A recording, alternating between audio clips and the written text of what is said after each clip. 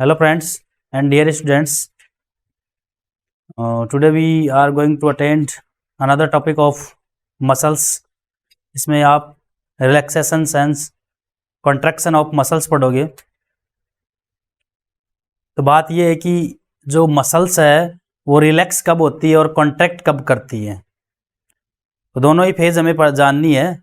Obviously आप contract के बारे में जान लो और रिलैक्स के बारे में बहुत कम जानना होगा आपको, लेकिन कॉन्ट्रैक्शन के बारे में आपको बहुत डिटेल से पढ़ना होगा। तो यहाँ पर जितना हमने सीखा उसको दिखा रखा है। देखो यहाँ पर ये रिलैक्स मसल्स है और वो कॉन्ट्रैक्ट मसल्स है। ये रिलैक्स और वो कॉन्ट्रैक्ट मसल्स है, ठीक है। यानी ये रिलैक्स पोजीशन में है और वो कॉन्ट्रैक्ट पोजीशन में है, ठीक है। और ये जो एरो है वो ये बट दर्शा रहा है आपको कि ये इस चीज़ को इंडिकेट कर रहा है कि रिलैक्स का कॉन्ट्रैक्शन हो सकता है और कॉन्ट्रैक्शन का रिलैक्शंस हो जाता है, क्योंकि एवरी टाइम हमारी जो मसल्स होती है वो कॉन्ट्रैक्ट में नहीं रहती हैं, ठीक है। मतलब लगातार हमारी मसल्स कॉन्ट्रैक्ट में नहीं रहती हैं। जब हमें उनसे काम करवाना होता है तभी वो कॉन्ट्रैक्ट में आती हैं, बाकी रिलैक्स में रहेंगी, ठीक है। तो यहाँ पर अगर आप देखो तो देखो ये एक्टिन वाले जो तंतु हैं, ठीक है। और ये जो है एक्टिन के बाद में ये जो दिखा रखे हैं मायोसिन है। कौन से हैं? अगर आप यहाँ पे देख सकते हो तो जो मायोसिन है ना, मायोसिन उस पर ऐसे कुछ हेड से ऐसे पार्ट दिख रहे हैं। आप अगर क्लियरली आप इसको देखो तो ठीक है, इस पर कुछ हेड से पार्ट दिख रहे हैं। इधर भी आपको दिख रहे होंगे हेड से पार्ट।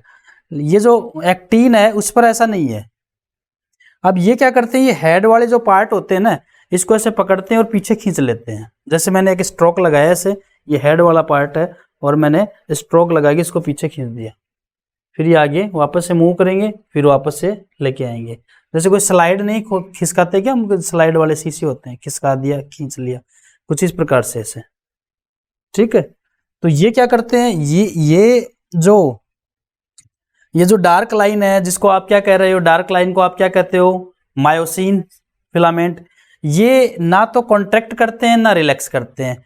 ये भी ना तो कॉन्ट्रैक्ट करेंगे ना रिलैक्स करेंगे। आपको एक चीज समझ में आ जानी चाहिए कि जो एक्टिन और मायोसिन फिलामेंट होते हैं वो खुद कभी भी कॉन्ट्रैक्ट और रिलैक्स नहीं करते हैं। सिर्फ उनका काम इतना होता है खिसकना और दूर जाना, ठीक है। इसकी वजह से मसल्स पास आ जाती है और दूर चली जाती है, खुद का कोई काम नहीं होता। अब इसमें भी आपको एक बात याद रखनी है कि सर एक्टिन और मायोसिन की अगर हम बात करें तो इसमें कौन सा जो होता है वो स्लाइड करता है, कौन सा खिसकता है। तो जो मायोसिन है वो कभी नहीं खिसकता, वो तो अपनी जगह पे रहता है। मैंने आपको बताया था ये कुछ स्पेशल प्रोटीन से जुड़े रहते हैं इसके साथ। सिर्फ एक्टिन ही खिसकेगा इसके ऊपर, ये अपनी पोजिशन में ही रहता है, ठीक है।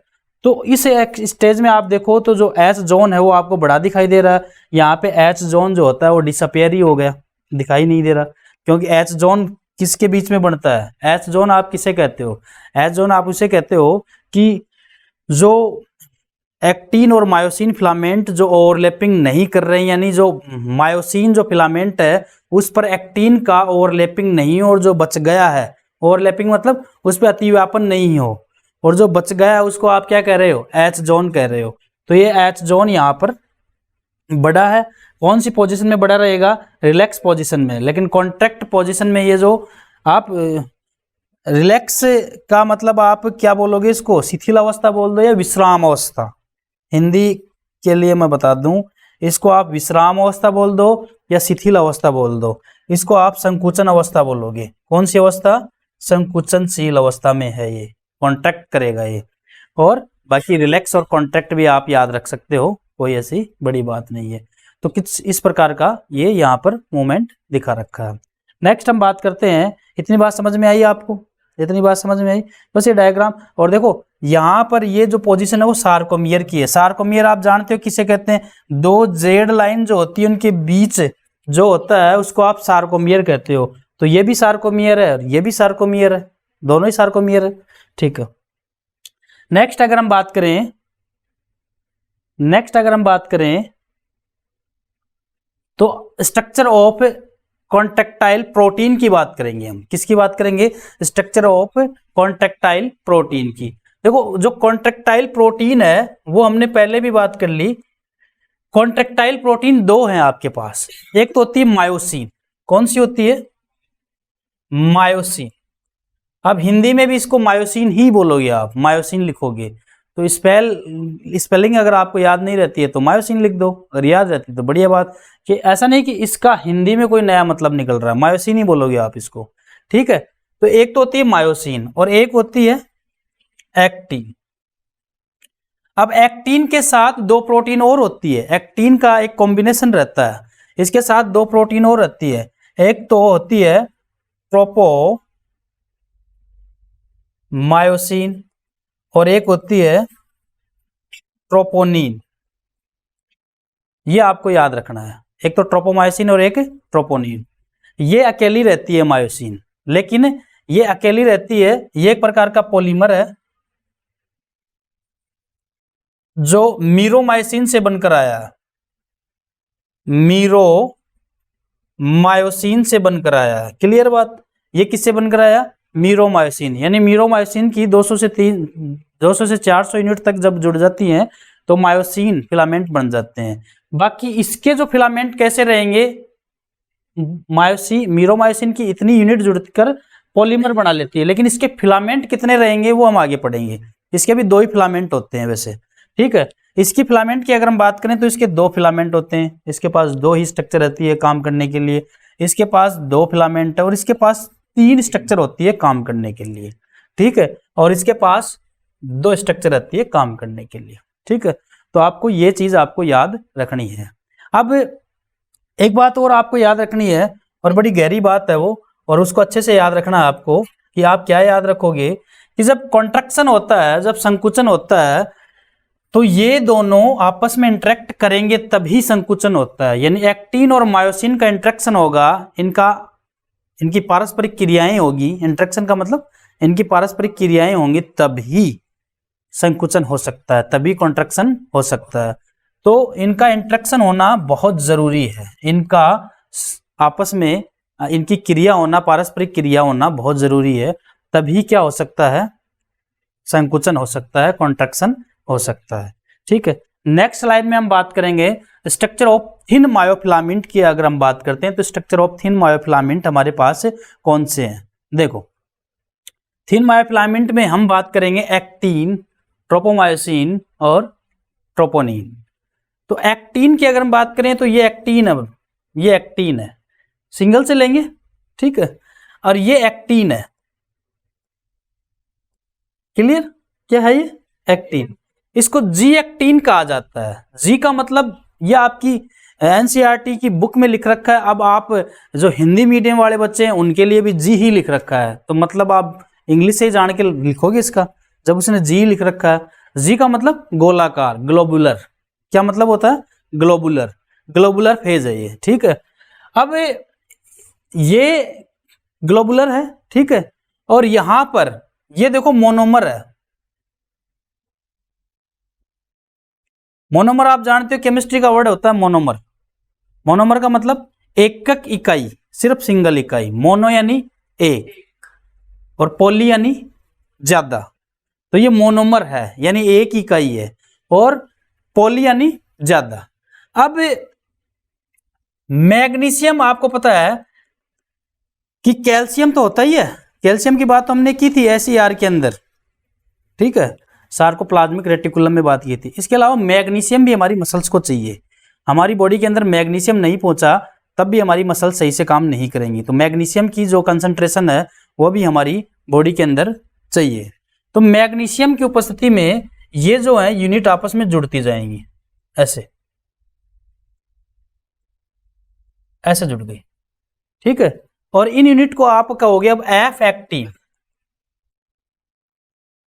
ये हिंदी मीडियम के लिए भी सेम वर्ड है और इंग्लिश मीडियम के लिए भी सेम वर्ड है। एफ का मतलब होता है, ये जी यानी ग्लोबुलर था, एक ही था। एफ का मतलब होगा फिलामेंट बन गया, पूरा एक तंतु बन गया, इसलिए इसको हम क्या कहेंगे?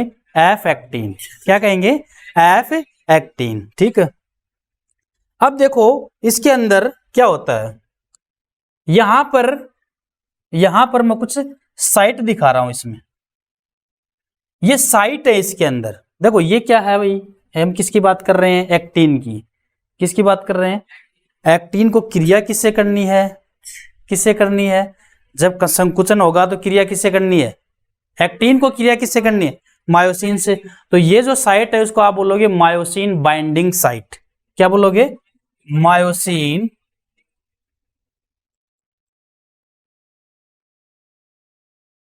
Binding site. ठीक है। आप हिंदी में अगर बोलना चाहो तो इसको आप क्या लिखोगे? मायोसिन बंधन स्थल। एक ही बात है, एक ही बात है, बंधन स्थल बोल दो या बाइंडिंग साइट बोल दो। तो ये बाइंडिंग साइट सब में होनी चाहिए। ठीक है। ये अकेला तो काम करता ही नहीं है, ये तो हमने आपको समझाया है कि ये जुड़ के काम करेगा। तो मायोसिन बाइंडिंग साइट इसमें होनी चाहिए। ऐसे ही जो मायोसिन है उसमें एक्टिन बाइंडिंग साइट होनी चाहिए। समझ में आ रही है बात आपको?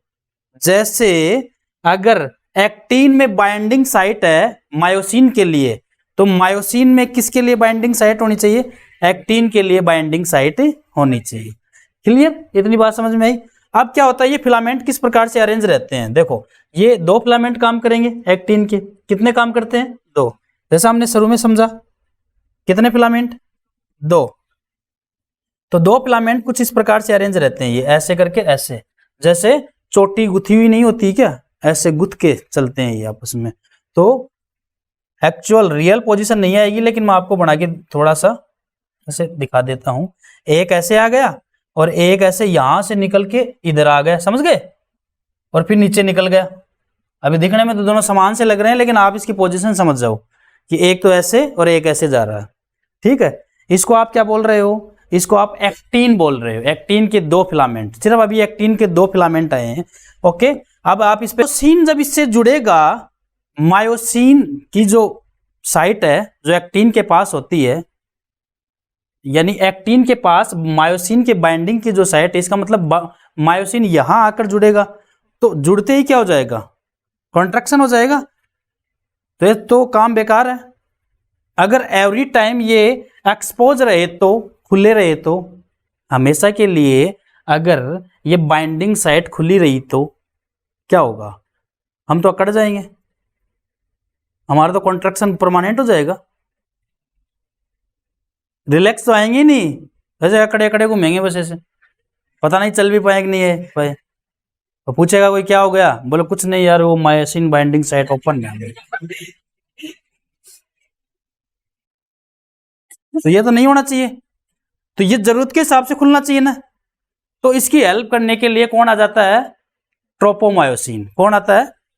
तो ट्रोपोमायोसिन ये जो एक्सपोज साइट है ना, इसके ऊपर कवर करके चलता है। समझ में आ गई बात? ऐसे, और ये बीच से निकलता है ऐसे, जैसे चोटी के बीच से आप कुछ निकाल रहे हो, है ना, डिफरेंट टाइप ऑफ चोटी, है ना।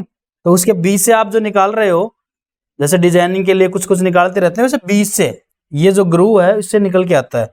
तो ऐसे करके ये इसकी चारों तरफ ऐसे कवर करके रखता है इसको, ऐसे। समझ में आ गई बात? अब क्या होगा, अब क्या होगा कि अब हमारे पास एक तसल्ली हो गई, क्या? कि सर ये जो है ना बाइंडिंग साइट बंद कर दी, तो इसका मतलब हम अकड़ेंगे नहीं। अब हमारा कॉन्ट्रैक्शन एवरी टाइम नहीं हो सकता, जब आवश्यकता होगी तभी होगा। ठीक है, क्लियर? अब ये ट्रोपोमायोसिन ये ऐसे कह रहा है कि भाई मेरे सहारा लगाओ, नहीं मैं तो गिर जाऊंगा। ट्रोपोमायोसिन क्या कह रहा है कि भाई मैं इससे चिपक तो गया, लेकिन मेरे थोड़ा सा सहारा और दो, मेरे को हेल्प चाहिए। तो हेल्प के लिए बुला लेते हैं किसको? ट्रोपोनिन को। अब ट्रोपोनिन आ जाता है इनकी हेल्प करने के लिए एक तरीके से। देखो ये मेरा समझाने का तरीका आपको समझ में आ जानी चाहिए बात। ठीक है, ट्रोपोनिन यहाँ पे आ गया।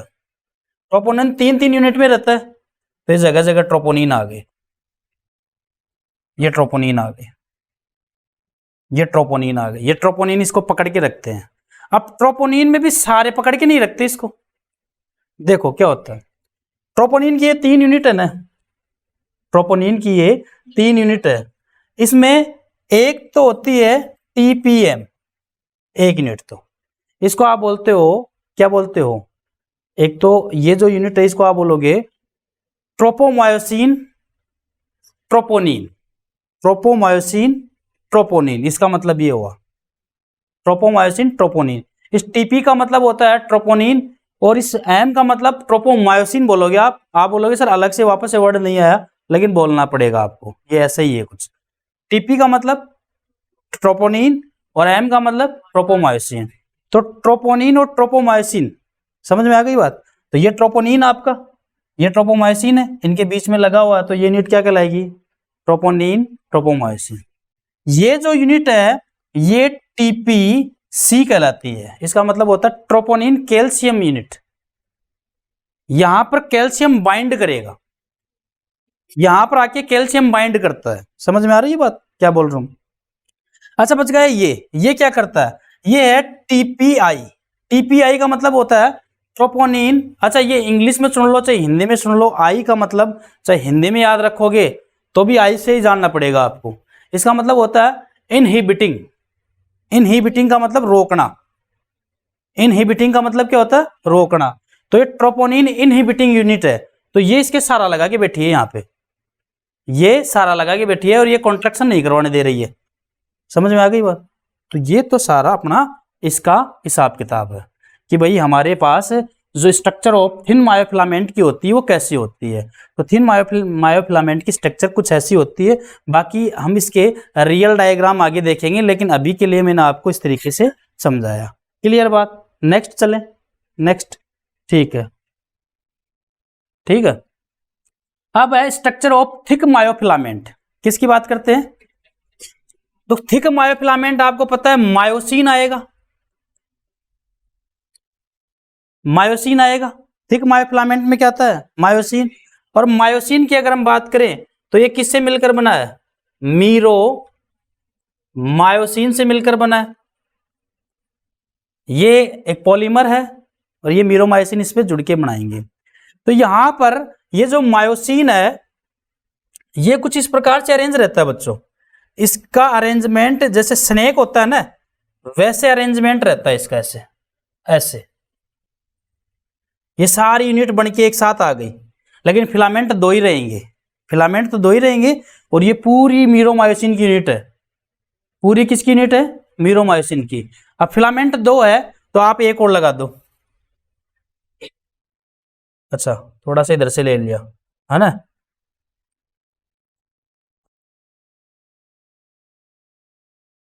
चलो ये जाना नहीं चाह रहा, ठीक है। एनीवे ठीक है, आप याद पता ही है आपको क्या चल रहा है। देखो इधर से लेंगे अपन, ऐसे ऐसे इसकी भी छोटी सी बना दो ऐसे, है ना। और ये इसका हेड पार्ट। अब इसको किधर भी कर दो, इसके साथ कर दो, नीचे कर दो, किधर भी कर दो, कोई फर्क नहीं है। आपको बहुत सी बुक में दोनों बराबर दिखेंगे, ऐसे कोई दिक्कत नहीं है, नीचे कर दो। क्योंकि इनके जो तंतु होते हैं ना वो निकले रहते हैं इधर उधर। देखो देखो ये देखो, नीचे भी निकले हुए हैं, ऊपर भी निकले हुए हैं, ठीक है, किधर भी कर दो इनको, ठीक है। तो इसको आप बोलोगे क्या, मायोसिन। मायोसिन के दो फिलामेंट है। अब इसको भी हम समझते हैं थोड़ा सा। यहां पर ये जो पार्ट है यहां से यहां तक, इसको टेल कहा जाता है। क्या कहा जाता है, टेल, ठीक है। और इसमें इसको एलएमएम कह सकते हो आप, लाइट मीरोमायोसिन है ये। क्या है, लाइट मीरोमायोसिन, ठीक है। और यहां ये जो पार्ट है इसको आप आर्म कहोगे। क्या कहोगे, आर्म। और ये जो पार्ट है इसको आप हेड कहोगे। और इन दोनों को कंबाइंड करके आप एचएमएम कहोगे, मतलब हैवी मीरोमायोसिन। ये लाइट मीरोमायोसिन है और ये दोनों क्या मिलकर क्या बना रहे हैं, हैवी। इट मीन्स कोई ज्यादा उलझने की बात नहीं है। यहां पर जो यूनिट है वो ज्यादा है और यहां पर जो यूनिट है वो कम है मीरोमायोसिन की, और यहां पर यूनिट ज्यादा है, ठीक है। कुछ इस प्रकार से रहता है। अब साइट की बात करते हैं, किसमें साइट कौन सी होती है। तो यहाँ के इसके हेड पार्ट पर, इसके हेड पार्ट पर दो साइट प्रेजेंट रहती हैं, ठीक है। तो उसकी बात हम कर लेते हैं। एक साइट तो इस प्रकार से होती है, एक साइट ये होती है। तो देखो एक साइट तो आपको बिना देखे और बिना बोले समझ में आ जानी चाहिए कि सर अगर उसमें एक्टिन के अंदर मायोसिन बाइंडिंग साइट है तो सर मायोसिन के अंदर एक्टिन बाइंडिंग साइट होनी जरूरी है। तो एक तो आप सीधी सी लिख दो एक्टिन बाइंडिंग साइट। क्लियर। अब रह गई दूसरी, ये दूसरी कौन सी है, ये है बच्चों एटीपी बाइंडिंग साइट। बड़ा इंपॉर्टेंट रोल है एटीपी का, यहां पर एटीपी का बड़ा इंपॉर्टेंट रोल होता है। अच्छा यहां पर एक और रहता है इसके पास ही, एटीपी के पास एक एंजाइम जिसको बोलते हैं एटीपी एज। कौन सा होता है, एटीपी ऊर्जा है। एटीपी क्या है, ऊर्जा। जैसे मैं आपको ऊर्जा की बात करें तो जैसे मैं रियल लाइफ के एग्जांपल थोड़े ज्यादा दे देता हूं बच्चों को। जैसे रोटी है, आप भूखे हो तो आपको एनर्जी चाहिए, तो रोटी से एनर्जी मिल जाएगी, ऑब्वियसली कार्बोहाइड्रेट है। लेकिन आप सारी तो नहीं खा सकते ना एक साथ, आप क्या करोगे, उसको टुकड़ों में तोड़ोगे फिर खाओगे। ऑब्वियसली एनर्जी सारी आपके पास ही जा रही है ना। और इतने खतरनाक तरीके से खाना भी नहीं है कि एनर्जी एक बार में ही सारा यूज कर ले। ठीक है, तो यहां पर जो एटीपी है, इस एटीपी को तोड़ तोड़कर हम एनर्जी का यूज करेंगे। जैसे इसको तोड़ेंगे इससे एनर्जी निकल जाएगी। ये तो बात समझ में आ गई आपको, क्योंकि इसकी एनर्जी फॉस्फेट के रूप में संचित है। और तोड़ने के लिए कौन आएगा, एटीपी एज। अब आप इसको चाहिए एटीपी एज लिख दो या ATPase. DNAase, DNA को तोड़ने वाला होता है, ये आपके 12th में भी काम आएंगे। प्रोटीएज, प्रोटीन जिसके आगे एज लगे वो उसी को तोड़ने वाला होता है। DNAase, protease, lipase lipid को तोड़ने वाला। समझ में आ रही है बात। तो ये एटीपी यानी ये इसको तोड़ के और फिर इसकी एनर्जी बना के देगा कि आप काम कर लो। तो यहाँ का जो ये थिक मायोफिलामेंट होता है उसका अरेंजमेंट कुछ इस प्रकार से होता है। क्लियर बात, आपको बात समझ में आ गई। ठीक है, नेक्स्ट स्लाइड पर हम चलते हैं। ठीक है, नेक्स्ट स्लाइड में कुछ बातें हैं, देख ये हम बाद में पढ़ेंगे, पहले इससे पहले कुछ समझ लेते हैं। देखो ये डायग्राम वही है, एक डायग्राम दिखा रखा है। ये आपकी, ये अब आप पहचान जाओगे। आपसे पूछता हूँ, ये भाई ये कौन सी यूनिट हो गई, इसको आप क्या बोलोगे, एक्टिन। 2 फिलामेंट है, ठीक है। और ये जो आ रहा है ये क्या कहलाएगा, ट्रोपोमायोसिन। क्या कहलाएगा, ट्रोपोमायोसिन। ठीक है, और इसमें देखो ये सिंगल सिंगल दिखा रखा है, बाकी ये 2-2 रहते हैं ऐसे, और ये 3-3 कुछ इस प्रकार से रहते हैं। ठीक है, और ये देखो नीचे ये क्या है, नीचे ये क्या है, मायोसिन। क्या है, और मायोसिन का ये क्या है, हेड पार्ट, जो इसके टच होके इसको खींचेगा, पुल करता है। ठीक है, देखो ये इसके टच हो गया, और ये जो है ना ये खुला हुआ है, ये इसकी बाइंडिंग साइट है। ये तो इसकी बाइंडिंग साइट है, और यहाँ पर इसकी बाइंडिंग साइट रहेगी। इसकी बाइंडिंग साइट यहाँ पे रहेगी, इसकी बाइंडिंग साइट यहाँ पे रहेगी, दोनों जुड़ गए। और देखो एटीपी टूट गए, एडीपी और इनऑर्गेनिक फॉस्फेट बाहर निकल रहा है।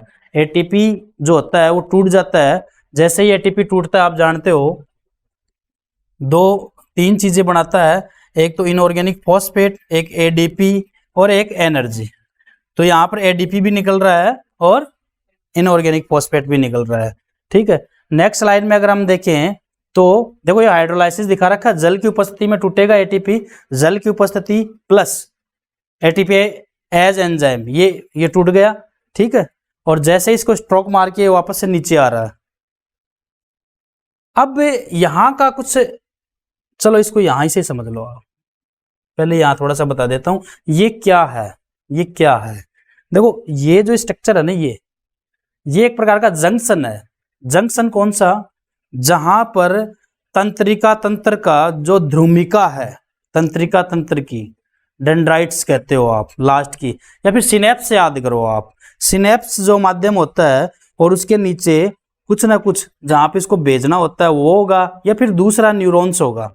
ठीक है, तो ये सिनेप्स माध्यम हो गया, एक प्रकार का सिनेप्स मीडियम है। और यहाँ पर ये जो है आपका, ये उसकी वो नोब है, वो इसकी घुंडी है। घुंडी बोलते हैं ना, पुट्टिका होती है जिसमें, वो पुट्टिकाएं वेसल्स फटती हैं और उनसे न्यूरोट्रांसमीटर रिलीज होते हैं। क्या रिलीज होते हैं, न्यूरोट्रांसमीटर। ठीक है, न्यूरोट्रांसमीटर को आपको इसी न्यूरोट्रांसमीटर में याद रखना पड़ेगा। ठीक है, और न्यूरोट्रांसमीटर रिलीज होकर ये नीचे आएगा। ठीक है, तो यहां पर होना क्या है कि देखो मोटर न्यूरॉन का मतलब क्या होता है, मोटर न्यूरॉन और एक सेंसरी न्यूरॉन, दो होते हैं। सेंसरी तो लेकर जा रहा है संवेदनाओं को, और मोटर वापस से लेके आ रहा है। एक तो होता संवेदी, एक होता प्रेरक हिंदी में, और इंग्लिश में सेंसरी और मोटर। समझ में आ गई बात? जो जैसे गर्म वस्तु को छुआ और संदेश ब्रेन तक गए, ये संवेदी लेकर जा रहा है, और वापस लेके आया वो प्रेरक लेकर आया है वापस। ठीक है, प्रेरणा दे रहा है। और आप कैसे याद रखोगे कि जो सेंसरी है वो लेके जा रहे हैं और मोटर है वो लेकर आ रहा है। तो यहाँ पर संदेश लेकर आ रहा है, तो सेंसरी लाएगा या मोटर लाएगा? मोटर लाएगा। कौन लाएगा? तो ये गलत लिखा गया इसने, मोटर न्यूरॉन। सही है बात? मोटर न्यूरॉन एक्सॉन टर्मिनल, यानी नीचे का पार्ट एक्सॉन टर्मिनल, और यहां से एक न्यूरोट्रांसमीटर रिलीज होता है। और ये जो चीज है, ये हम बात करेंगे किसकी? ये आपकी है क्या? ये आपकी क्या है? Muscle cell. मसल सेल्स को आप किससे रिप्रेजेंट करते हो? फाइबर से। किससे रिप्रेजेंट करते हो? तो यहां पर न्यूरोट्रांसमीटर रिलीज हो रहे हैं। अब एक बहुत अच्छा प्रश्न आता है, और ये जीके का प्रश्न भी होता है, आप इसको पूछ सकते हो किसी से भी, और आप प्रेयर में भी पूछते रहते हो कि मसल्स के लिए कौन सा न्यूरोट्रांसमीटर रिलीज होता है जो मोटर न्यूरॉन लेकर आते हैं? तो कौन सा होता है? ACH, acetyl choline. कौन सा होता है? एसिटाइल कोलिन, जिसको आप एसीएच, एसिटाइल कोलिन हार्मोन, क्या बोलोगे? Acetyl choline hormone. तो यहां एसिटाइल कोलिन हार्मोन निकला, और ये एसिटाइल कोलिन हार्मोन देखो, ये वही है मोटर नर्व। यहां से एसिटाइल कोलिन हार्मोन निकला, और ये निकल कर किस पे जा रहा है? फाइबर के पास जा रहा है, सेल के पास जा रहा है। किसके पास जा रहा है? और ये है एसईआर। एसईआर के दोनों तरफ ये जो खांच होती है, इसको हम बोलते हैं टी ट्यूब्यूल्स। क्या बोलते हैं? T tubules. तो टी ट्यूब्यूल्स के अंदर क्या जा रहा है? क्या जा रहा है? ये एसिटाइल कोलिन, और एसिटाइल कोलिन इसके अंदर जा रहा है। ये मैंने क्या दर्शाया है? ये एसिटाइल कोलिन को पकड़ने वाले रिसेप्टर है, ग्राही है। एसिटाइल कोलिन निकला है, तो उसको पकड़ने के लिए भी तो कुछ होना चाहिए। तो ये पकड़कर इसको इन टी ट्यूब्यूल्स के पास भेज देते हैं। अब एसिटाइल कोलिन टी ट्यूब्यूल्स के पास चला गया, और टी ट्यूब्यूल्स के पास जाने के बाद ये एसईआर में एंटर हो गया। एसईआर के पास पता है पहले से कैल्शियम होते हैं। जैसे इसके पास गया कौन? एसिटाइल कोलिन, तो इसके जो चैनल है ना, चैनल का मतलब कुछ ऐसे द्वार जो बंद है, इनको चैनल कह रहे हैं, वो बंद है, और इसके आते ही वो चैनल ओपन हो जाएंगे। जैसे ही ओपन हो गए, तो ये कैल्शियम यहां से भाग के निकलेगा, बाहर निकल जाएगा ये कैल्शियम। समझ में आ गई बात? ये कैल्शियम बाहर निकल जाएगा। आप बात को रिवाइज करें, मोटर न्यूरॉन आई, और मोटर न्यूरॉन से एसिटाइल कोलिन निकला। एसिटाइल कोलिन फाइबर के रिसेप्टर पर गया, और वहां से टी ट्यूब्यूल्स के पास जाता हुआ एसईआर के अंदर प्रवेश कर गया, और एसईआर के अंदर जाने के बाद उसने चैनल ओपन कर दिए। कौन से चैनल? कैल्शियम के चैनल। जैसे ही ओपन हुए, तो सारा कैल्शियम बाहर निकल के साइटोप्लाज्म में आ गया। अब इसको साइटोप्लाज्म नहीं बोलोगे, सार्कोप्लाज्म में आ गया। सार्कोप्लाज्म में आने के बाद क्या होगा? समझ में आई बात? सार्कोप्लाज्म में जैसे ही आ जाता है, तो देखो इसका रोल हमें समझ में आ गया। ये क्या है? इसको ट्रोपोनिन ट्रोपोमायोसिन यूनिट, और ये इनहिबिटरी हो गई, और ये कैल्शियम को बाइंड करने वाली। वो कैल्शियम निकल के इससे बाइंड हो जाता है। जैसे ही इससे बाइंड हो गया, तो ये जो इनहिबिटरी थी, इनहिबिटरी, ये क्या करती है? अपनी जगह स्लाइड करके नीचे, इसके नीचे आके लग जाती है, ऐसे छोड़ देती है अपनी जगह कैल्शियम की वजह से। और जैसे अपनी जगह छोड़ देती है, तो ये जो पट्टी लगी हुई थी ट्रोपोमायोसिन की, ये एक्सपोज हो जाती है और खुल जाती है। खुलते ही मायोसिन का जो हेड है वो यहाँ पे टच हो जाता है। और दो तरीके होते हैं। जब एडीपी रिलीज होती है तो उससे टच होता है, और जब इनऑर्गेनिक फॉस्फेट रिलीज होता है तो स्ट्रोक लगा देता है वो पीछे की तरफ, और ऐसे खींच देता है उसको। बाइंडिंग ऑफ कैल्शियम टीपीसी, यानी कैल्शियम किससे बाइंड करता है? टीपीसी से। टीपीआई जैसे ही इसे बाइंड करता है, टीपीआई स्लाइड डाउनवर्ड, यानी नीचे की तरफ आ जाती है। स्लाइड डाउनवर्ड मतलब नीचे खिसक जाती है। जैसे खिसक जाती है, tropomyosin move away, tropomyosin move away, ये हट जाता है। हट गए, ठीक है। मायोसिन जैसे ही हट जाता है, myosin binding site on actin, actin पर, ये एक्टिन ही तो है, इस पर जो मायोसिन बाइंडिंग साइट होती हैं वो एक्सपोज हो जाती हैं, खुल जाती हैं, और जैसे ही खुल जाएंगी तो जो मायोसिन की जो बाइंडिंग, मायोसिन के पास जो एक्टिन के लिए बाइंडिंग साइट है वो आके यहाँ पे जुड़ जाएगी। कुछ बात समझ में आई आपको? मैंने क्या बोला? 3 लगे हुए हैं। क्या लगे हुए हैं? 3। इसका रोल समझ में आ गया, इसका रोल समझ में आ गया। मेन बात इस पे करनी है, कैल्शियम रिलीज हुआ, कैल्शियम निकलते ही इसके पास आएगा, इससे बाइंड करेगा, बाइंड करते ही जिसके कारण ये जो है टीपीआई ये यहाँ से खिसक के नीचे आ जाएगी, नीचे आ जाएगी तो देखो ये जो है ट्रोपोमायोसिन ये यहाँ से हट जाएगा, हटते ही ये जो एक्टिन है इनके पास पहले से क्या है? Myosin binding site. ये हट गया तो मायोसिन बाइंडिंग साइट जो होती है वो ओपन हो जाएंगी, खुल जाएंगी। अब ये सीधा न्योता दे रही है किसको? मायोसिन के ऊपर प्रेजेंट एक्टिन बाइंडिंग साइट को। किसको दे रही है?